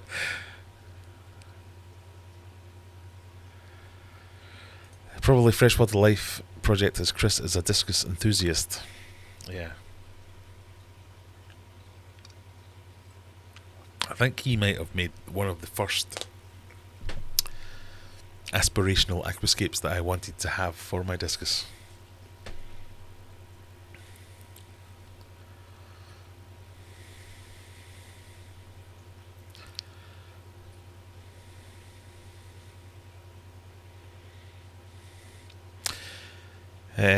I prefer keeping fishies how they would be in nature. So goldfishes outside, I think there's a lot more long term about it. They won't be big, quick, but healthier for longer. Yeah, I get that. I mean, I've got my goldfish that I've got in the pond. I was looking at them the other day before it started getting really cold. They were starting to come up to the surface again, and I was like, oh yeah, I can see all the fish. I counted them all, and a bunch of fry still there. I was convinced that none of the fry would make it through the cold snap, but yeah, a bunch of them have made it through. But obviously the ones that I've kept in the house are slightly bigger. The ones that I've got down here are bigger again. So it's true. When they're heated, it is. How are your discus? They're doing well. I am considering moving the discus fry into their own tank. So the discus breeding tank is that one with the free swimming fry, and I've got that one here that I'm bringing up to temperature because I'm thinking about moving the fry away from the parents because the parents are seeming to get a bit pissed off with them. Basically, they're not spending as long swarming round the parents. And again, this is a very untechnical description of the timeline for discus, but in my experience, when they've been swarming round the parents, you feed them the brine shrimp and the decap or whatever it is, and they take that as well as the slime coat from the parents, and then when they start to leave the parents, that's when the ones that stay behind on the parents are taking lumps out of them, and the parents are getting all agitated about it, and it's just not fun for them anymore. So move them at that point. A lot of people say no, don't leave them in with the parents for as long as possible. A lot of people say no, get them away day one and artificially raise them. So there's no right or wrong answer. Everyone's got their own opinion on it. For me, I'm kind of thinking I'm getting to the stage where I want to move them, get them into the other tank. If I'm completely honest, I fully expect them to die. Because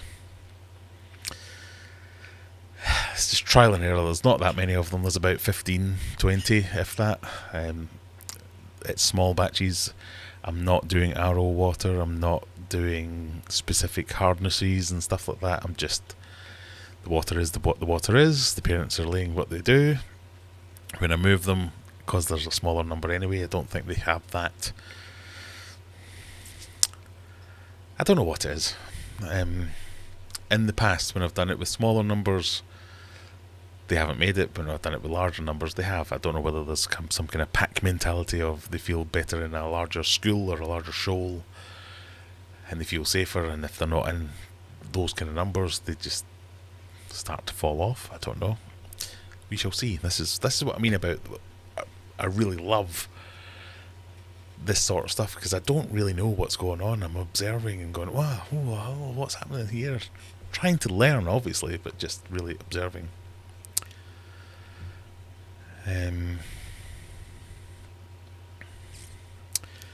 Is the pond still running? I mean, it still exists. It's not running. I'm not filtering it or anything anymore. Everything's switched off and it's just off for the winter.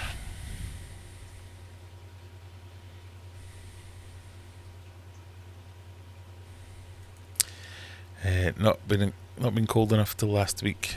Well, we did have a cold snap. We had 2 cold snaps around here, but it did get below 0. The pond froze over for 3, 4, 5 days, and then warmed up again. It has warmed up. We've got daffodils have started to sprout and stuff like that around here already. But I think we've got snow due next week. Susan walked in the door and says, "Who's the sexy man on TV?" And then says, "Oh, just Graham." Thanks for that. Thanks, Brian. Thanks, Susan. It'd be interesting to see if the air pump survived minus 35 degrees, but but I can't get out to it until the snow melts. Oof. If I'm lucky, I might find some fry this spring as well. Yeah, that's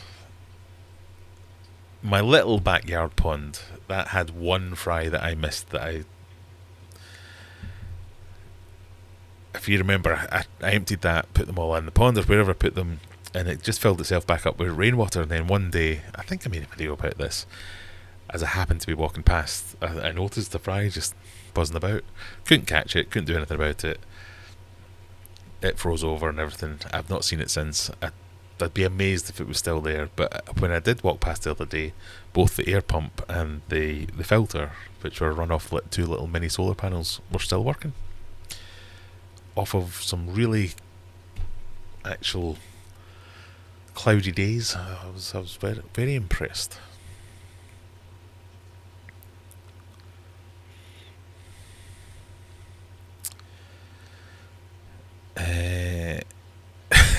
Fishfam Link doing the hard work for everyone. Thank you, Fishfam Link. Minus 35 degrees C to F. That is equal to minus 31. Whoa, that is chilly indeed. You're not wrong.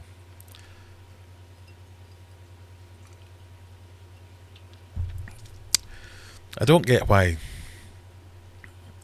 So obviously you don't get why I can't get Fahrenheit, but I don't get why anyone can't get Celsius. 0, water freezes. 100, water boils.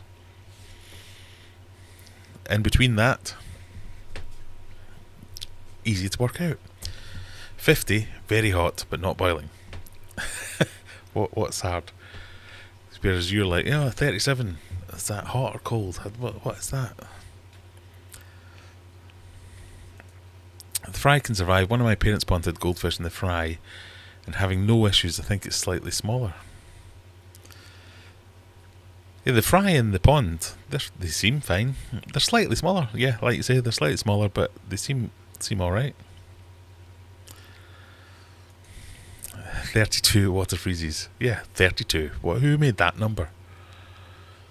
Just go 0, 100. It's easy. There's a scale. It's literally a scale.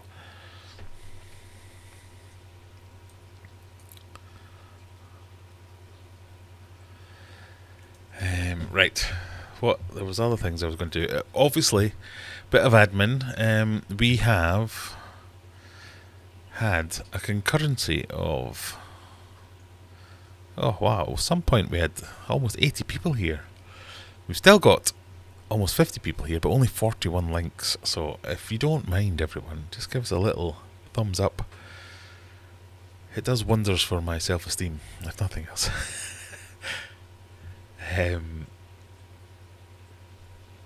I just wanted to double check and see.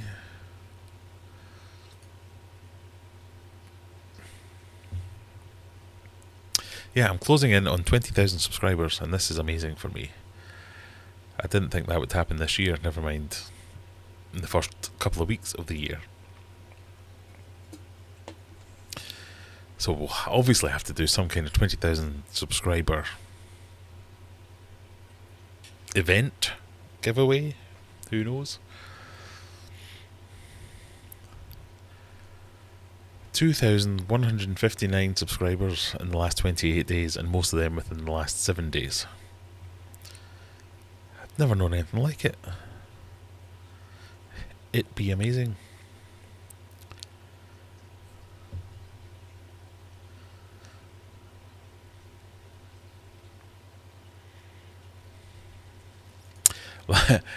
Larios, I work in Celsius. It's the future. And for many of us, it's also been the current and the past. Just imagine the conversation between Mr. Fahrenheit and Mr. Celsius. What's your scale based on?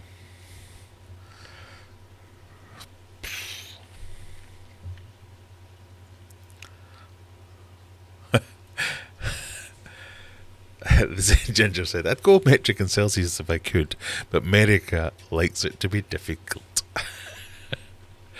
And then, even if America changes, I doubt Texas would.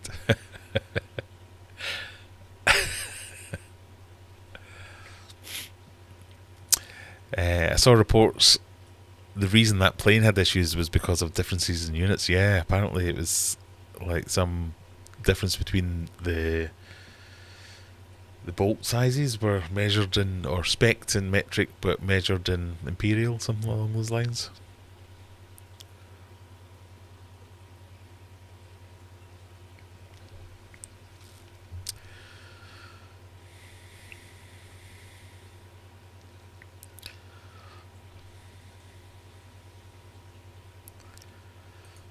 Yeah, I mean, as much as you say America doesn't change, the UK just likes to be fickle. As Rebecca's saying there, honestly, the UK doesn't change. If we had to use millilitres for beer or milk, there would be a riot. Exactly. If I'm driving on the motorway, I want my distances measured in miles. If I'm going to walk there, I want it measured in kilometres. If I'm going to drink something, I want it measured in pints. If I'm going to add it to a recipe, I want it in millilitres. If I'm going to weigh something, I want it to be in grams. If I'm going to weigh me, I want it to be in pounds and stones. And this is all fine. Yeah, not to mention the weirdos who like to measure things in hands, like horses. We don't make it easy for ourselves. It's crazy. Right, it's question time. It's the last 20 minutes. I'm going to get my last, final and tastiest beer.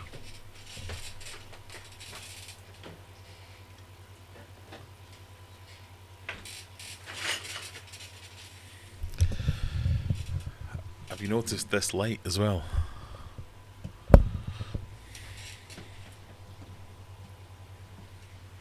Oh, you can't see it. So that's my new fridge. But when I was talking earlier about my finding the wet puddle, it was my brine shrimp hatchery that exploded all over the place. So I've moved it, and it's now on the other side of the fish room. I'm very happy with my fish room at the moment. I spent, after the last video I made where I was getting all upset that everything was getting so out of control, I spent a load of time tidying it up. It just needs a good hoover now. Americans, do you say you hoover things? Is that just us? To finish the night, the joint number one favourite beer, The Heathen by Northern Monk. Now that's hazy.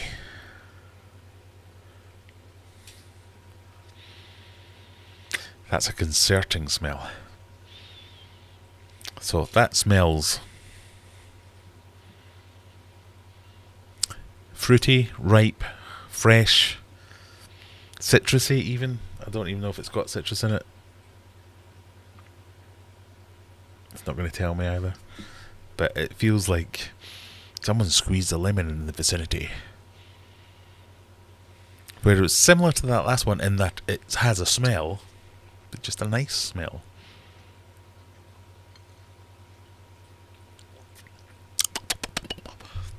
Oh, that's good.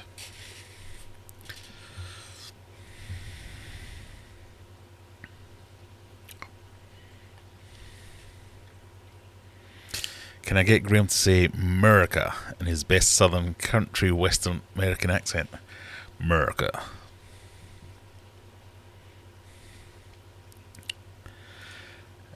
Well, they do use some units that make sense. The whole UK having their own, there's a reason they stopped using things over time. I mean, yeah. We are fickle. We're a fickle people. My favourite is measuring real live weights, then adjusting your measurement system based on that random measurement. Fathoms, knots. Yeah, some of that doesn't make any sense. Any sense whatsoever. In Sweden, we added our own distance. At one distance, mil equals 1 mil equals 10 kilometers. Kilometers? Kilometers. Am I drunk? Everything seems to be on its side.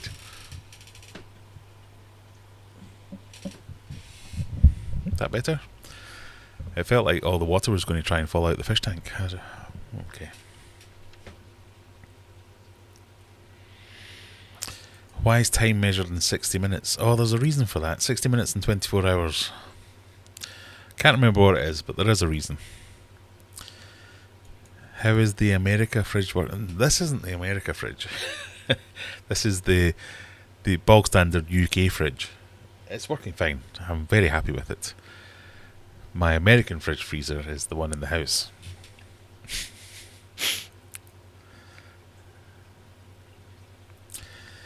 We just say vacuum.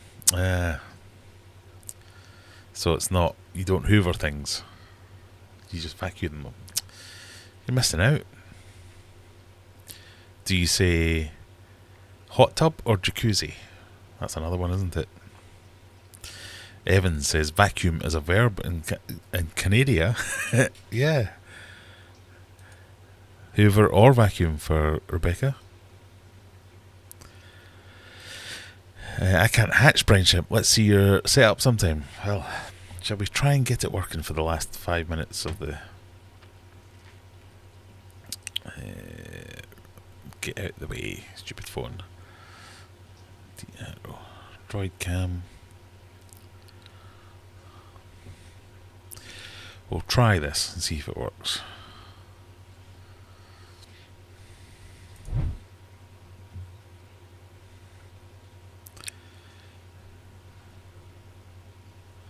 No?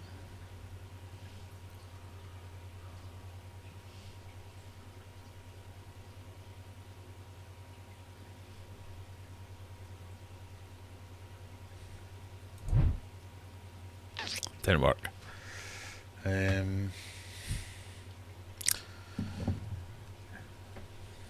No, sorry. Basically, 4 tablespoons of salt, 2 tablespoons of brine shrimp in a 2 litre jug. Give it a couple of days with some air. I think the main thing is to get it, keep your brine shrimp eggs cold until you're using them, and then keep your brine shrimp unit warm while you're making them. Give it a couple of days and you should be good. The one thing I have noticed that made a difference is not to use an air stone. So you don't want fine bubbles to get the, you need to keep the water moving, but you don't want fine bubbles because that seems to kill everything. But otherwise it seems fine.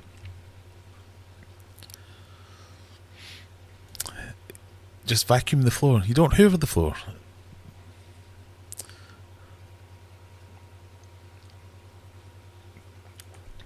British pounds, not the money, but the measurement is comical. Why? Why would you say that?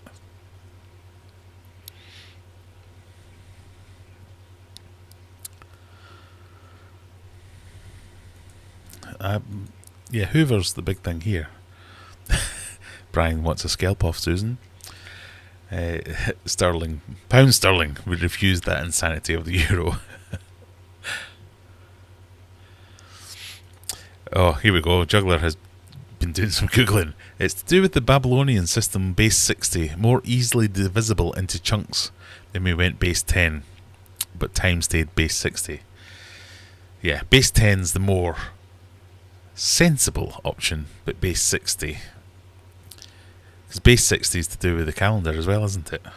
Or is it this moon cycle? Oh, I can't remember. I've had 4 beers now. I don't know. Check the Oscars for fin rot and stuff, especially with the stress going on in there. That's why I was saying about keeping them to recover in that tank for a little bit. Okay, yeah, keep an eye out on them. I think when they get back into Mega Tank, they'll be fine because it's that much bigger that they can get their own area to recover. But if you think they warrant a little bit of time on here on their own,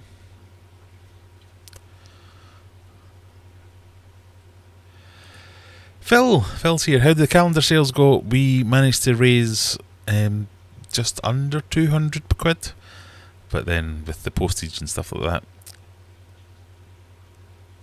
no, because I paid the postage. There was a fee on one of the donations, so it's about 100 quid each. So we've done 100 quid to the Freshwater Life Project, and we've done 100 quid to the Amazon Research Centre for Ornamental Fishies.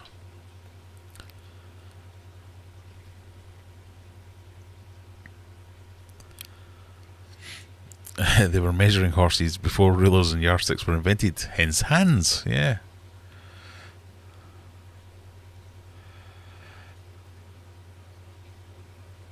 Does make sense. You did drink your first beer quite quick. The division of the hour into 60 minutes and the minute into 60 seconds comes from the Babylonians who used... Yeah, we've done this. The base 60.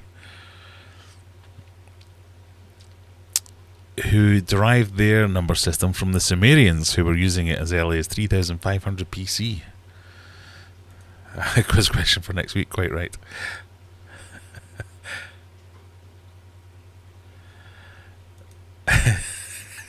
Seeing I'm the Teletubbies generation, it should be Nunu instead of Hoover. I thought you were saying something dirty there for a minute. Hoover, vacuum. Graham generally just uses a mop and bucket. I don't, I just wait for it to dry up on its own. It's generally soggy down here 9 days out of 10.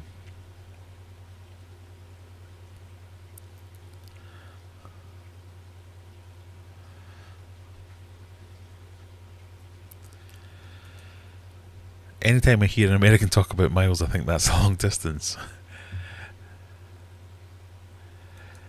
My understanding of why 10 is used for a lot is because we have 10. I think that is.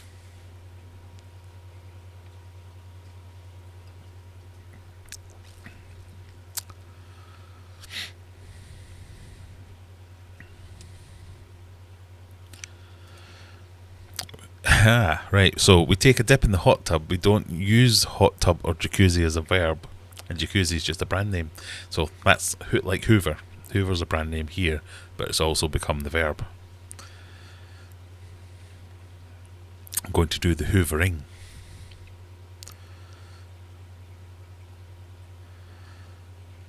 And yeah, you're right. Because Dyson's, you would never think of saying, I'm just going to do some Dysoning. I'm now miming hoovering, Dysoning. That wouldn't be a thing.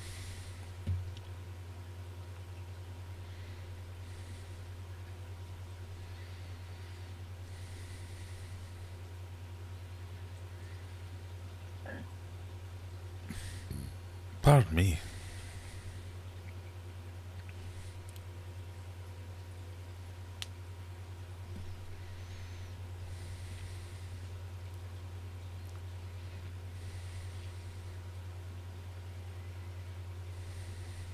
Pounds the weight, yes, that's what I mean. 14 pounds to a stone, all that kind of stuff. Or is it 16 pounds to a stone? I've immediately forgotten how many pounds are in a stone.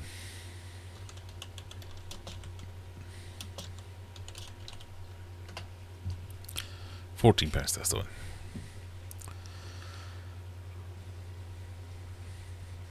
I know a pound is a bag of sugar, but I don't know how to compare that to something. Yeah. The thing I've noticed these days is, especially with my kids, they often get like food tech. Inevitably, the morning of food tech, I'll get, oh Dad, I need this, and I'll get presented with a list of ingredients that I have to go and buy so you can take them to food tech.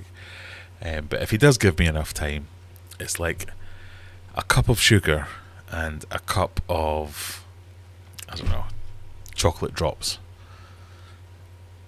And they're two different weights. Mind blown. And I'm like, I'll say, Alexa, or computer voice simulation thing, what is a cup in grams? And it should be like, well, it depends what you're measuring. I'm like, how can it depend? If it's a unit of weight, it's a unit of weight. It doesn't depend what it is you're weighing. It's like a pound of hammers, a pound of feathers. They both weigh a pound. But a cup of hammers and a cup of feathers, different. So, yeah, I get caught out a lot by that at the supermarket. But yeah, like a pound is 2.2 pounds to a kilo, or 2.2 kilos to a pound. This is why my cakes are very sweet.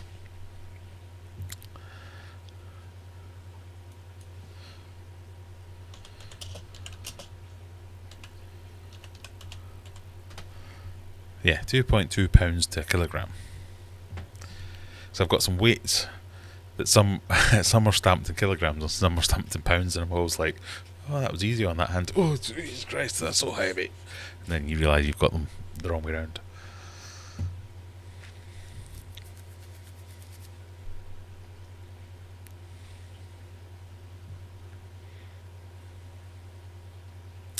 My grandmother called her refrigerator a Frigidaire because that's the name of the first one she bought. I've not heard that one before, I must admit.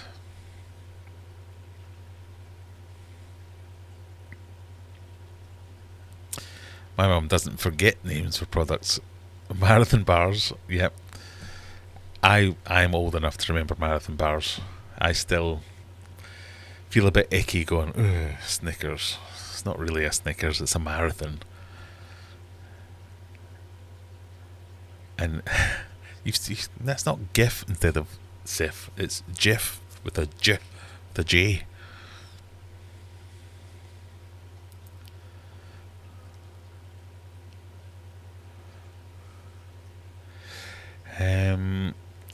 Graham now comes from Soggy Bottom. I often have a Soggy Bottom, I must admit, down here. Is Hot Tub a brand? No, I think Hot Tub's the thing, but Jacuzzi's the brand.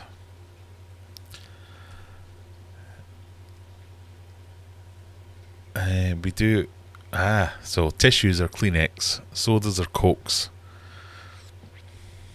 So it is different in different places. I thought sodas were like fizzy or carbonated drinks. Kleenex, I've heard. In Scotland, all soft drinks, whether they're carbonated, whether they're diluted fresh fruit, whether it's actual fresh fruit juice, everything's juice. If it's not water and it's not alcohol, it's juice.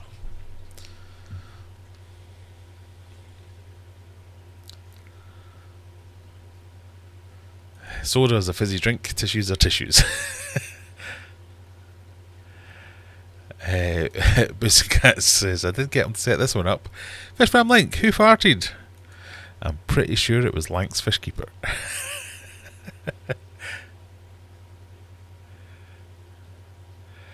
Oh, we haven't even talked about pound, shilling and pence. Yeah, that makes no sense whatsoever. A cup is a unit of volume, not weight. That makes even less sense. So, what? So if I was to measure... So a cup of flour, I can get that because flour's kind of generic sized. But a cup of chocolate drops, surely it depends how big the chocolate drops are to how many you can fit in said cup.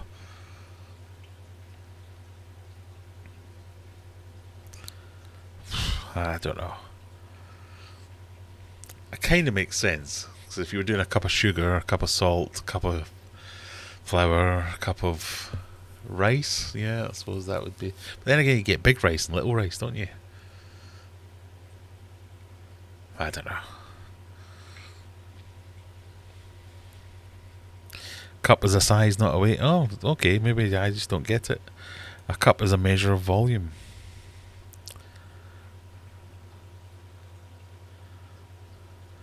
A cup is 8 fluid ounces. No, that doesn't help. A cup is 8 fluid ounces. If that was true, I could say, right, 8 fluid ounces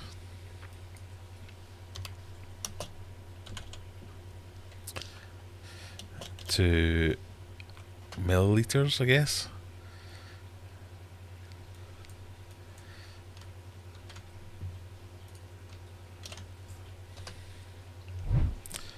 So therefore, a cup is 227 grams.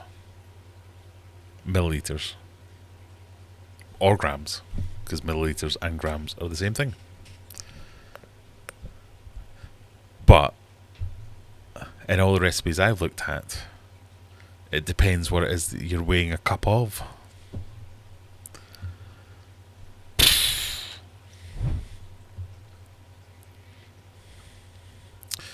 A lot of that stuff's from cooking in basically shorthand. Yeah, you may as well just say some flour, some butter, some sugar, cake.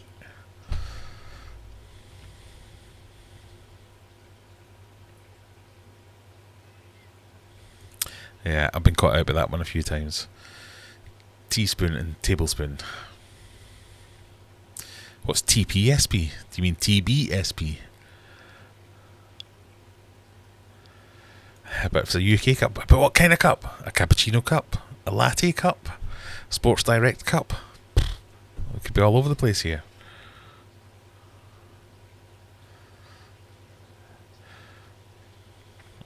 Fizzy juice. Yeah, fizzy juice. Mostly, I always thought pop was American. So, like, if someone had like their cousin from England would come up and say, "Do you want some juice?" "No, can I have some pop?" You'd be like that. Ooh, pop. But now that I live in England and everyone calls juice pop, I kind of get it now. I quite often would say I'm going for a bottle of ginger. So a bottle of ginger is usually a bottle of Iron Brew, which is the national drink of Scotland. But at some point, and I'm not sure when, because I definitely remember being sent to the shops for a bottle of ginger, and that meant come back with a bottle of Iron Brew or you get a scalp round the back of the head. And then at some point, a bottle of ginger became a bottle of Coke, a bottle of lemonade, anything fizzy was a bottle of ginger. So, yeah, I think I was on the cusp of whatever age that was where they transitioned between the two.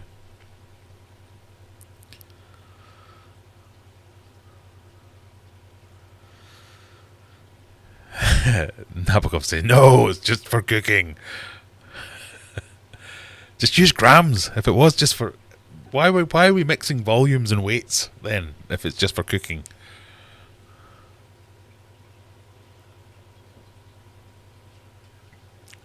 You think pop's American? I thought pop was English. Soda pop, that's American. But all my English colleagues and friends would say, "Oh, I'll have some pop," meaning Coke or lemonade or something like that.